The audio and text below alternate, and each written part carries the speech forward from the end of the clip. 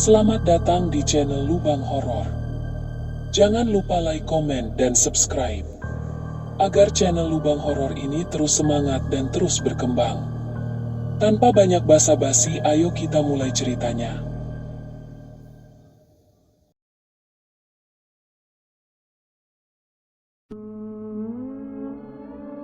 Maya tiba di lembah kelam menjelang petang, ketika kabut sudah mulai merambat pelan dari sela-sela pepohonan. Jalan tanah yang mengular di antara bukit basah membawanya ke sebuah dataran sempit. Tempat desa itu berdiri seperti rahasia yang tertahan selama ratusan tahun. Udara di sana terasa berat namun sunyi, seperti sebuah bisikan yang belum sempat diucapkan. Tidak ada sinyal telepon, tidak ada papan nama desa. Hanya sekelompok rumah kayu berlumut yang berdiri menghadap ke arah lembah, dan ladang kecil yang tampak seperti baru ditinggalkan. Desa itu tidak ada dalam peta modern. Maya menemukannya dalam lembaran tua milik almarhum. Matahari sore tenggelam cepat di balik dinding kabut, menyisakan cahaya kekuningan yang mengaburkan batas antara hari dan malam. Maya dipersilakan tinggal di sebuah pondok kecil di ujung desa, dekat balai kayu tempat para tetua biasa berkumpul. Pondok itu bersih dan sederhana, tapi terasa terlalu sepi. Jendela kecil di dinding timur menghadap ke barisan hutan rimbun yang mendaki bukit. Disitulah ia pertama kali mendengar istilah yang belum pernah dikenal sebelumnya, tanah nenek. Disebutkan sepintas oleh seorang ibu tua saat membantu menyalakan tungku. Kalau malam, jangan ke belakang. Itu tanah nenek. Angin di sana kadang bawa mimpi yang salah. Perkataan itu dilontarkan dengan nada datar, seolah bukan peringatan, melainkan aturan tak tertulis yang diwariskan dalam diam. Maya tidak langsung menanggapinya. Ia pikir itu sekadar kepercayaan lokal. Namun, saat malam pertama datang, dan desa mulai menutup diri, tanpa suara motor, tanpa cahaya listrik, tanpa percakapan setelah gelap, ia mulai merasa ada yang berbeda di tempat ini. Kabut yang menggantung di antara rumah-rumah tidak menghilang, bahkan ketika langit cerah. Sesekali, kabut itu bergerak seperti napas, naik turun pelan, seperti sesuatu sedang bersembunyi di baliknya. Malam itu, suara hutan menghilang, dan Maya, yang terbiasa dengan kesunyian di lapangan penelitian, merasa untuk pertama kalinya bahwa diam bisa begitu tebal hingga membungkam pikirannya sendiri. Di luar pondok, sinar remang dari pelita menggantung, menyorot sebagian halaman. Di sanalah, beberapa penduduk tampak meletakkan sesuatu di tanah, sebungkus daun pisang yang meneteskan cairan gelap ke tanah. Mereka melakukannya tanpa bicara, lalu pergi cepat sebelum kabut turun penuh. Maya mengamati dari balik kaca buram, tak ingin mengganggu. Ia belum tahu bahwa yang dilihatnya bukan kebiasaan, tapi peringatan. Dan sejak malam itu, kabut tidak pernah benar-benar pergi dari sekitar pondoknya. Pada malam kedua, suasana desa menjadi lebih sunyi dari biasanya. Langit bersih tanpa bintang, seolah langit di atas lembah kelam bukan bagian dari langit dunia. Maya duduk di dekat tungku kecil di dalam pondok, mencatat pengamatan awalnya tentang struktur rumah, pola tanam, dan gerakan sosial warga. Tapi pikirannya terus terganggu oleh perasaan bahwa desa ini menyimpan sesuatu yang belum bisa didefinisikan. Bukan hanya karena lokasinya terpencil, tapi karena cara orang-orang di sana hidup seolah mereka tidak sendiri, seolah mereka selalu diawasi, bahkan saat sendiri. Tepat sebelum tengah malam, Maya terbangun oleh suara berat dari luar. Suara langkah, lambat dan dalam, mengitari pondoknya. Tanah becek membuat bunyi khas setiap kali diinjak, basah, berat, seperti sesuatu yang terlalu besar untuk tempat ini. Langkah itu tidak terburu-buru, tidak juga mencoba bersembunyi, seperti sesuatu yang tahu bahwa ia tidak perlu takut ditemukan. Maya duduk tegak di kasur, menahan napas. Ia tidak menyalakan lampu, ia hanya mendengar. Langkah itu berhenti di sisi dinding dekat jendela. Tidak ada bayangan, tidak ada suara nafas. Lalu, bau itu muncul, bau daging mentah yang sudah membusuk, bercampur dengan logam, seperti darah lama yang mengering. Pagi harinya, ia menemukan jejak di tanah samping pondok. Lumpur masih basah, menyimpan cetakan jelas. 4 bekas kaki, namun bentuknya bukan kaki manusia. Jari-jarinya panjang, bercakar, dan simetris seperti milik hewan, tapi terlalu besar. Maya menunjukkan temuannya kepada seorang pemuda lokal yang kadang mengantarkan makanan. Ia menunduk lama, lalu hanya berkata, "Itu bukan jejak kita." Lalu pergi, tanpa menjelaskan lebih lanjut. Hari itu, Maya mencoba berbincang dengan lebih banyak warga, tapi semua jawaban seperti dipotong dari kain yang sama, singkat, tertutup, dan penuh penyangkalan yang terasa dipaksakan. Setiap kali ia menyebut soal hutan belakang, atau tanah nenek, nada bicara mereka berubah. Mata mereka memandang ke bawah, bahu mereka mengkerut. Seolah itu bukan hanya tempat yang dihindari, tapi sesuatu yang seharusnya tidak disebutkan. Maya kemudian mendatangi balai desa, bangunan kayu gelap dengan rak berisi buku tua dan dokumen dari masa kolonial.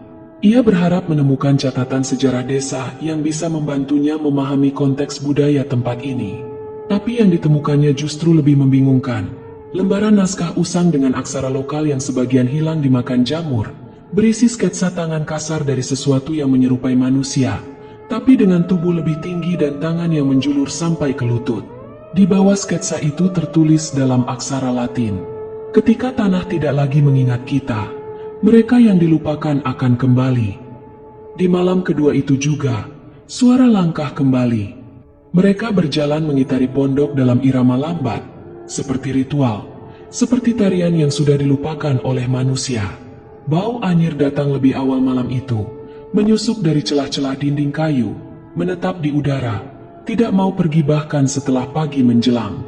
Saat Maya membuka pintu keesokan harinya, ia tidak hanya menemukan jejak lumpur, tapi juga daun kering yang disusun rapi membentuk simbol aneh di depan tangga pondok.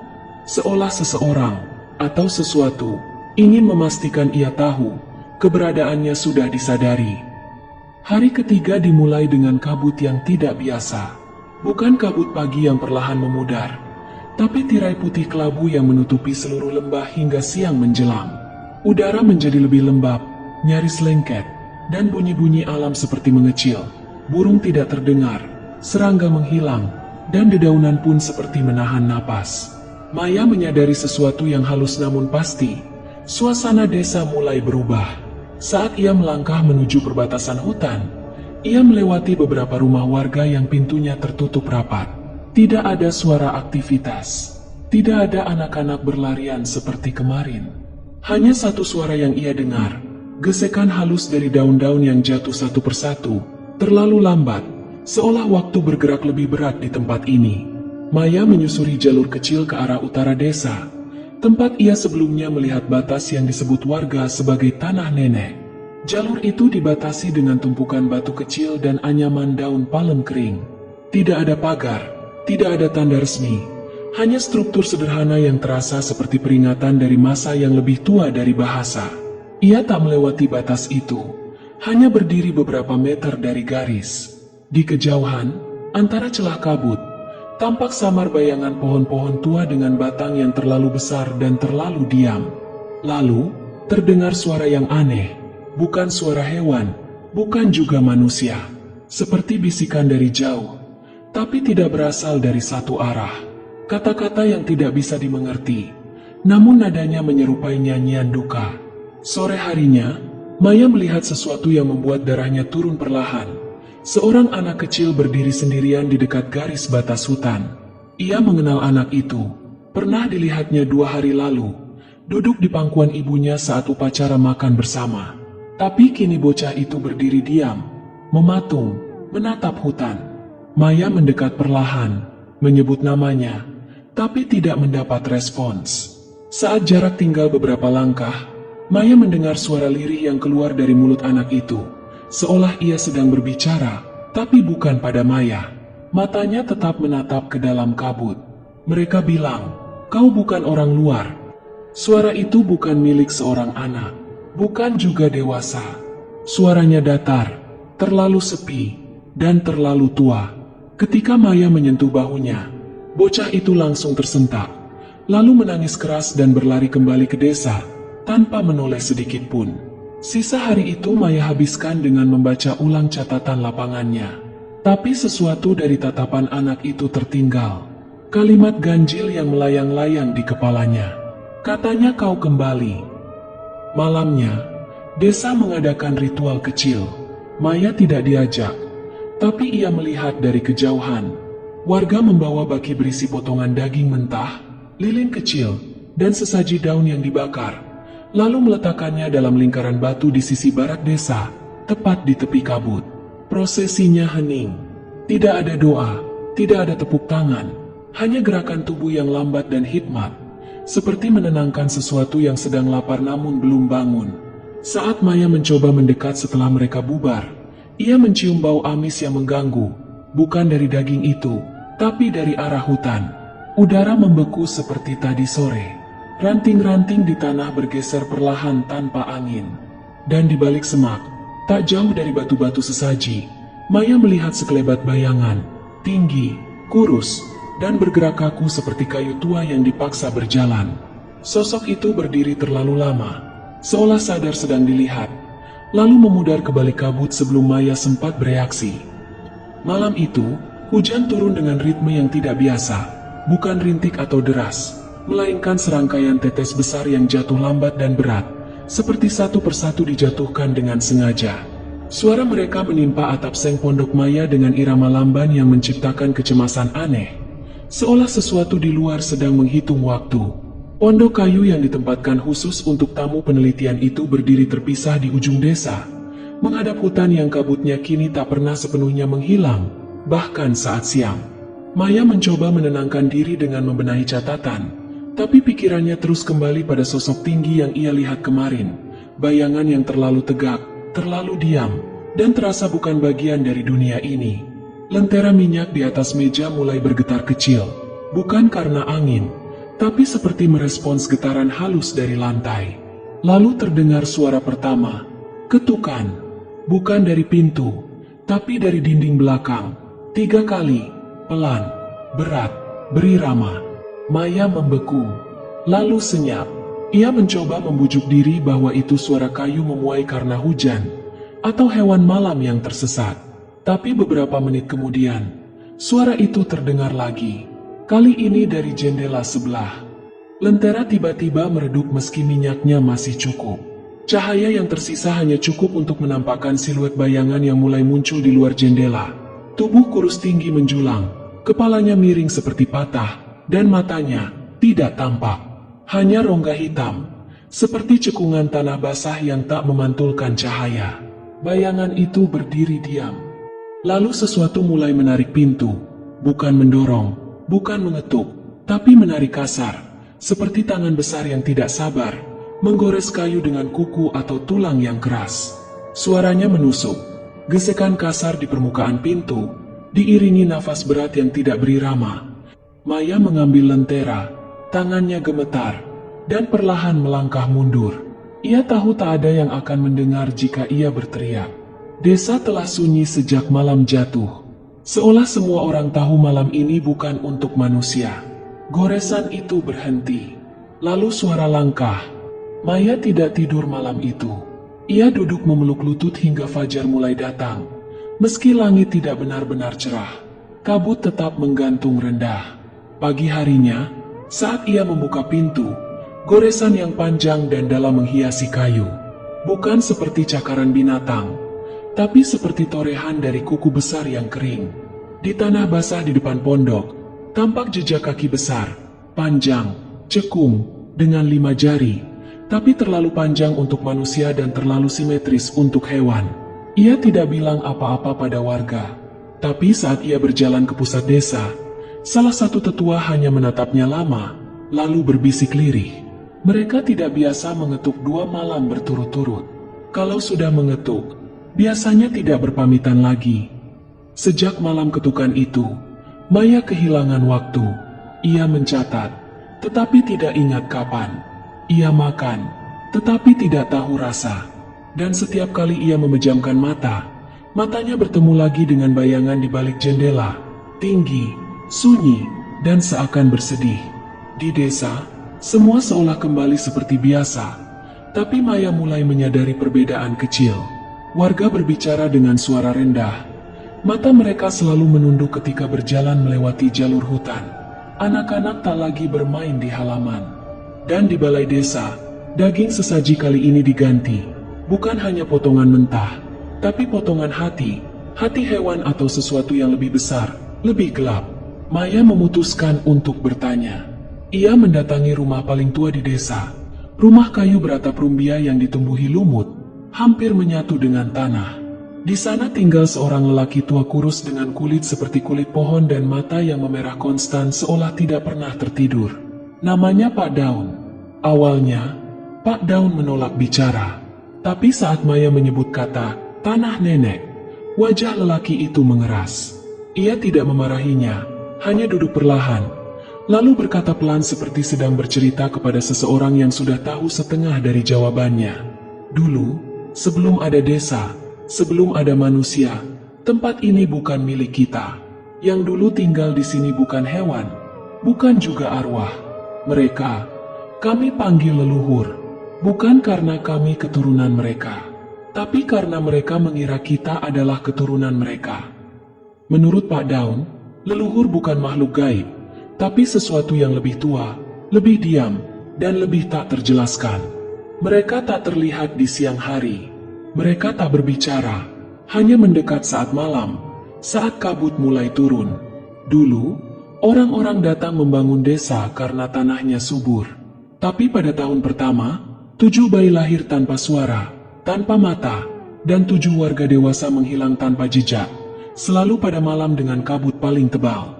Sejak saat itu, para tetua mendirikan ritual. 3 hari sekali, sesaji diletakkan di batas hutan. Tidak untuk menyembah, tapi untuk menenangkan. Mereka tidak ingin disembah. Mereka hanya ingin sesuatu milik mereka dikembalikan. Maya bertanya, apa maksudnya milik mereka? Pak Daun tidak langsung menjawab. Ia membuka sebuah kotak tua berisi gulungan daun yang ditulis dengan arang dan darah. Gambar-gambarnya tidak bisa disebut primitif atau kuno. Justru terlalu akurat, terlalu mendetail. Wajah-wajah manusia berdampingan dengan makhluk tinggi berjari 5 yang memeluk mereka. Di bawah salah satu gambar, tertulis huruf Latin samar yang sudah pudar. Ia yang berdarah percampuran, tidak bisa kembali, tapi tidak boleh pergi. Pak Daun menatap Maya tajam untuk pertama kali. Kau bukan yang pertama datang dari luar, tapi kau yang pertama dikenali. Maya ingin bertanya lebih banyak, tapi suara pelan memanggil dari luar rumah. Seorang bocah berdiri di jalan setapak, tangannya menunjuk ke hutan. Kabutnya mulai turun, katanya. Maya melihat ke arah itu. Kabut sudah sampai ke batas desa, turun lebih cepat dari biasanya, dan lebih tebal. Terlihat sesuatu bergerak di antara sela pepohonan, tinggi, pelan, dan terlalu tegak untuk binatang. Malam turun lebih cepat dari biasanya. Kabut tebal merayap dari batas hutan ke pekarangan rumah-rumah. Di desa Lembah Kelam, tidak ada lampu, hanya lentera dan api kecil yang dibiarkan menyala di sudut-sudut rumah. Tapi malam itu, semua api padam satu persatu, seolah udara menolak api, seolah ada sesuatu yang menghisap cahaya dari akar bumi. Maya mencoba tetap tenang. Ia mengurung diri di dalam pondok kecilnya. Pintu dan jendela dikunci rapat. Tapi udara berubah. Tidak hanya dingin, udara itu berat, lembab, dan mengandung bau tanah tua yang lama terkubur. Napasnya terasa menempel di tenggorokan, seperti menghirup uap dari sumur dalam. Suara itu datang lagi, bukan langkah, bukan ketukan, tapi seretan, panjang, berat, seperti kuku ditarik di atas papan kayu lembab. Bunyinya berputar di luar dinding pondok, memutari rumah seperti binatang yang mengenali kandangnya sendiri. Maya menggenggam catatannya erat, tetapi kertas-kertas itu terasa dingin, seperti baru dikeluarkan dari air. Lalu terdengar bunyi klik kecil dari kunci jendela. Bukan terbuka, tapi diputar dari luar. Seketika, lentera padam. Semua cahaya menghilang. Tak ada bunyi jangkrik, tak ada angin, tak ada apapun selain degup jantungnya sendiri dan napas pendek-pendek yang tak terasa berasal dari dirinya. Dalam gelap, Maya menutup mata, tapi justru itulah kesalahannya. Karena begitu matanya tertutup, ia melihat. Dalam ruang yang tak diterangi, Terbentuk siluet makhluk-makhluk tinggi yang berdiri di balik dinding kayu. Mereka tak bergerak, tapi ada. Leher mereka panjang, kepala mereka miring, dan jari-jarinya terlalu banyak. Mereka mengelilingi pondok. Maya terbangun entah jam berapa, tapi ia tidak ingat tertidur. Namun di bawah tempat tidurnya, lantai kayu terasa hangat, seperti tubuh seseorang baru saja berbaring di bawah sana. Di luar, kabut belum hilang, tapi sekarang, suara muncul dari balik jendela. Seseorang memanggil namanya, dalam bahasa yang tidak ia kenal, namun terasa begitu akrab, bahasa yang seakan pernah ia dengar di dalam rahim. Seseorang, atau sesuatu, menyebut nama keluarganya, bukan nama Maya, tapi nama leluhur yang hanya tertulis di silsilah tua yang pernah ia baca dalam riset antropologisnya. Maya bangkit dan membuka pintu. Di luar, kabut tidak hanya mengisi udara, ia mengisi ruang. Sosok-sosok itu berdiri, tak bergerak, dalam formasi yang rapi, menghadap pondok. Mereka tidak menyerang, tidak berbicara. Tangan Maya gatal, bukan karena luka, tapi seperti kulitnya mulai mengingat sesuatu. Ia menunduk, urat-urat di bawah kulitnya mulai tampak menghitam, membentuk pola spiral kecil yang mengingatkannya pada gambar-gambar di daun gulung milik Pak Daun. Dari arah hutan, terdengar suara seperti nafas panjang dari makhluk raksasa yang baru bangun tidur. Suara itu bukan ancaman, tapi panggilan. Maya tidak bergerak, tapi tubuhnya sudah mulai melangkah sendiri. Mereka menemukannya di tepi hutan, saat matahari terbit menembus kabut yang belum benar-benar hilang. Maya duduk bersila, diam, matanya terbuka tapi kosong, seperti tidak melihat apapun di hadapannya. Tubuhnya kotor oleh tanah dan daun basah. Di tangannya tergenggam erat sehelai daun lontar tua. Tulisan di permukaannya bukan tinta, melainkan guratan kulit. Warga desa tak menyentuhnya. Mereka hanya menatap dari jauh, dengan ekspresi campuran antara takut dan pasrah, seperti seseorang yang melihat hujan pertama setelah musim kemarau yang terlalu panjang, indah, tapi membawa banjir. Maya tidak berbicara, tidak bertanya. Ia hanya mengangguk pelan ketika Pak Daun mendekat, menaruh sebuah kain merah tua di pundaknya, lalu membisikkan sesuatu dalam bahasa yang tidak dikenali oleh siapapun selain mereka berdua. Hari itu juga, Maya meninggalkan desa. Ia turun gunung sendiri. Tak seorang pun menemani, dan tak ada yang berani mengantar. Hutan yang ia lewati sebelumnya tampak lebih terbuka sekarang. Pepohonan seakan memberi jalan. Namun, sejak saat itu, ia tak pernah benar-benar kembali menjadi dirinya sendiri. Di kota, Maya menjalani hidup seperti biasa, tapi ia berhenti menulis. Catatan penelitiannya kosong, hanya berisi gambar-gambar pola spiral, jejak tangan kecil, dan simbol-simbol asing yang tak pernah diajarkan dalam dunia akademik manapun. Ia sering terbangun tengah malam, bukan karena mimpi buruk, tapi karena kerinduan. Bau tanah lembab selalu hadir duluan, lalu suara yang memanggilnya dengan nada lembut, menggunakan nama keluarga yang tidak ia beritahu siapapun. Nama yang tak tercatat dalam data sipil, tapi terasa jauh lebih tua dan melekat dari apapun yang pernah ia warisi. Ia mencoba melupakan. Namun, setiap kali ia menyentuh tanah, atau saat hujan turun tiba-tiba dan kabut naik dari jalan aspal, tubuhnya bereaksi, seperti kulitnya mengingat sesuatu yang otaknya sudah lupakan. Beberapa bulan setelah kepulangannya, dua rekan antropolog yang mencoba menelusuri lembah kelam dilaporkan hilang. Jalur ke desa itu kini tertutup. Bahkan dalam peta digital dan satelit, tak ada lagi jejaknya. Seolah desa itu kembali tenggelam dalam kabut waktu. Atau mungkin memang begitu seharusnya. Dan Maya, kadang ia berdiri terlalu lama di dekat jendela, menatap malam yang pekat tanpa alasan. Kadang ia bicara pelan dalam bahasa yang tidak diketahui, seolah menjawab sesuatu yang tidak ada di ruangan. Namun yang paling sering terjadi, dan paling mengganggu, adalah ketika ia menemukan jejak lumpur di dalam rumahnya. Jejak kaki, bukan kaki manusia, tapi jejak seperti tangan berkuku panjang yang berjalan sendiri di lantai, dan selalu mengarah ke kamarnya. Demikianlah kisah kali ini. Kisah tentang Maya dan desa Lembah Kelam bukan sekadar cerita horor, tapi pengingat bahwa tak semua yang tersembunyi ingin ditemukan, dan tidak semua warisan masa lalu siap untuk dibangkitkan kembali. Terima kasih telah meluangkan waktu untuk mendengarkan hingga akhir. Kehadiran dan perhatian kalian adalah semangat terbesar bagi kami untuk terus menyampaikan kisah-kisah yang mengusik pikiran dan menggugah perasaan. Sebagai penutup, ingatlah, rasa ingin tahu adalah anugerah, tetapi harus diiringi dengan hormat kepada yang tak kita pahami. Kadang, menjaga jarak adalah bentuk kebijaksanaan tertinggi, terutama terhadap sesuatu yang sudah lama dilupakan, mungkin karena memang seharusnya begitu. Sampai jumpa di kisah selanjutnya. Tetap waspada, dan jangan mudah percaya bahwa semua yang tak terlihat telah tiada.